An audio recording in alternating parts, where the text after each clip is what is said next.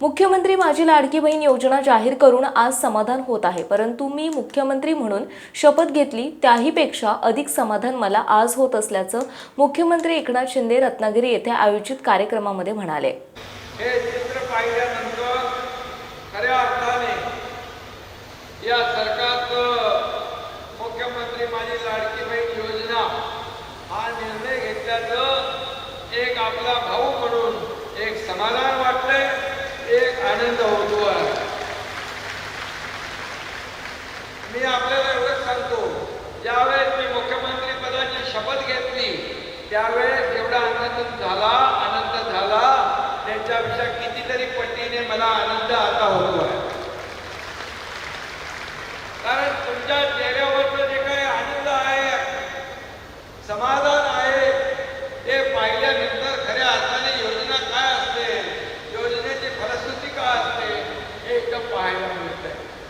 खरं म्हणजे रत्नागिरी ही लोकमान्य टिळकांची जन्मभूमी आहे, स्वातंत्र्यवीर सावरकरांची कर्मभूमी आहे, भारतीय राज्यघटनेचे शिल्पकार महामानव डॉक्टर बाबासाहेब आंबेडकर, बाबा काने आणि महर्षी धोंडू केशव कर्वे अशा 3 भारत रत्नांची ही भूमी आहे। ही अतिशय पावन भूमी आहे। या महान आणि थोर व्यक्तिमत्वांना वंदन करतो आणि रक्षाबंधनानंतर 2 दिवसांनी रत्नागिरीतल्या मी बहिणींना आपल्या सगळ्या भेटण्याचा आनंद मला झालेला आहे आणि म्हणून आपल्याशी संवाद साधताना एक वेगळा आनंद इथं जाणवतो।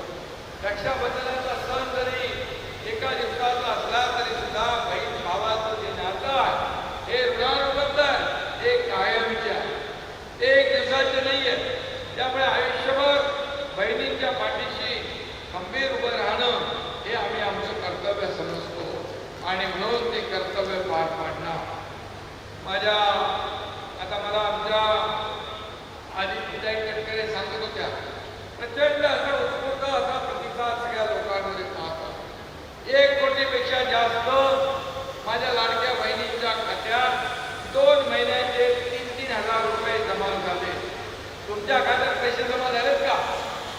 तुमच्या खात्यात पैसे जमा झाले तर हात वर करा, किती लोकांचे पैसे जमा झाले? अरे वा, भरपूर लोकांच्या खात्यात पैसे जमा झाले, पण काही लोकांचे हात खाली आहे, त्यांचे देखील खात्यामध्ये पैसे जमा होणार म्हणजे होणार।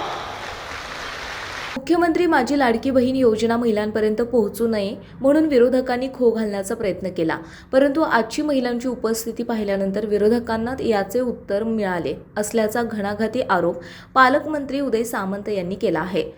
या कार्यक्रमासाठी देखील अनेक गैरसमज पसरवण्याचा प्रयत्न झाला। हे पैसे भविष्यामध्ये तुम्हाला मिळणार नाही, या कार्यक्रमाला जाऊ नये अशा पद्धतीच्या देखील काही गोष्टी या संपूर्ण परिसरामध्ये, या जिल्ह्यामध्ये घडवण्याचा प्रयत्न काही लोकांनी केला। पण साहेब, हे उपस्थितीच्या महिला भगिनी आहेत, त्यांचं प्रेम महायुतीवर आहे, हे प्रेम मुख्यमंत्र्यांवर आहे आणि दोन्ही उपमुख्यमंत्र्यांवर आहे, हे रत्नागिरी जिल्ह्यानं पुन्हा एकदा साबित करून दाखवलेलं आहे।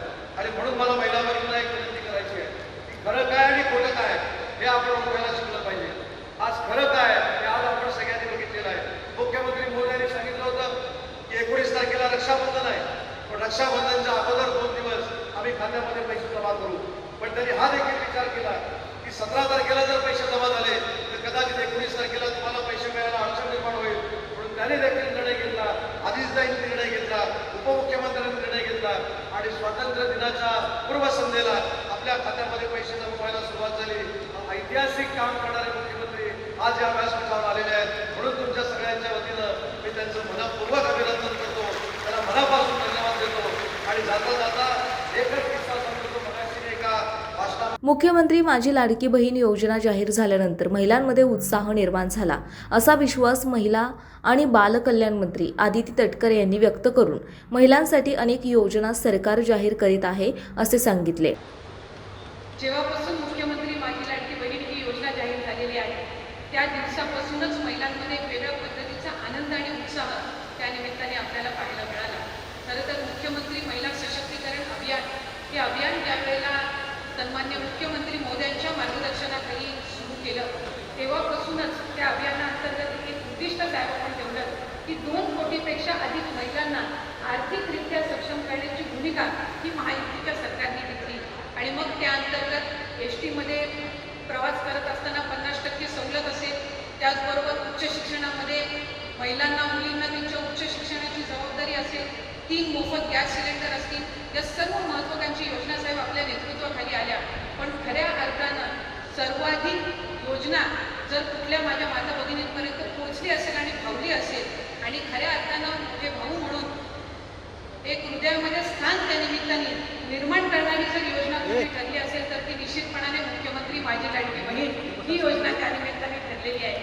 आणि आज रत्नागिरी जिल्ह्यामध्ये सुद्धा 2,60,000 पेक्षा अधिक लाभार्थी हे आपण या योजनेअंतर्गत नोंदवू शकलेलो आहोत. आणि साधारणपणे प्राप्त झालेल्या अर्जांपैकी 90% पेक्षा जास्त सक्सेस रेशो या जिल्ह्यांनी सुद्धा आपल्यासमोर ठेवलेला आहे. आणि 14 तारखेपासूनच साहेब यांना आपण लाभ वितरित करायचं आपल्या सूचनेनुसार ठरवलं.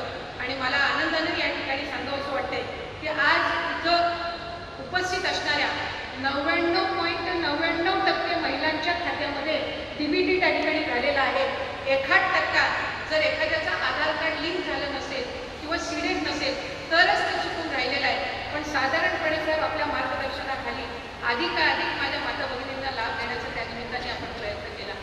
खऱ्या अर्थाने रत्नागिरी येथील चंपक मैदानावर आयोजित मुख्यमंत्री माझी लाडकी बहीण योजना कार्यक्रमासाठी आमदार शेखर निकम, आमदार रवींद्र फाटक, कोकण विभागाचे विशेष पोलीस महानिरीक्षक संजय दराडे, जिल्हाधिकारी M. देवेंद्र सिंग, मुख्य कार्यकारी अधिकारी कीर्तिकिरण पुजार, पोलीस अधीक्षक धनंजय कुलकर्णी, उद्योजक किरण सामंत यांच्यासह महिला मोठ्या संख्येने उपस्थित होत्या. शिरगाव ग्रामपंचायतच्या सरपंच फरीदा काजी यांनी मुख्यमंत्री एकनाथ शिंदे यांचे पुष्पगुच्छ देऊन स्वागत केले. तर मुख्यमंत्री एकनाथ शिंदे यांनी महिलांवर फुलांचा वर्षाव केला. समंदर की गोद में पला है तू, अंगड़ाई लेते ही लहरें शुरू. आज यौवन की मस्ती छोड़, ले चलता हूं तुझे एक नए मोड़. आजा तुझे मां पुकारे अब, छेड़ देते हैं बीच से कुछ शरारत हंसी. गले लगा ले उसे ए फकीर, इंतजार कर रहा है तेरा तो. चल दे देते हैं उसे फसल की खूबसूरती तो. आजा तुझे मां पुकारे अब, उन्हें भी देनी है एक नई पहचान. आजा तुझे मां पुकारे अब. फिनोलेक्स पाइप्स पहुंचाए पानी को अपनी मां के पास. महाराष्ट्रातील तसेच कोकणातील महत्त्वाच्या बातम्या पाहण्यासाठी कोकण 24 तास न्यूज चॅनलला यूट्यूबवर सबस्क्राईब करा आणि बेल आयकॉन प्रेस करा.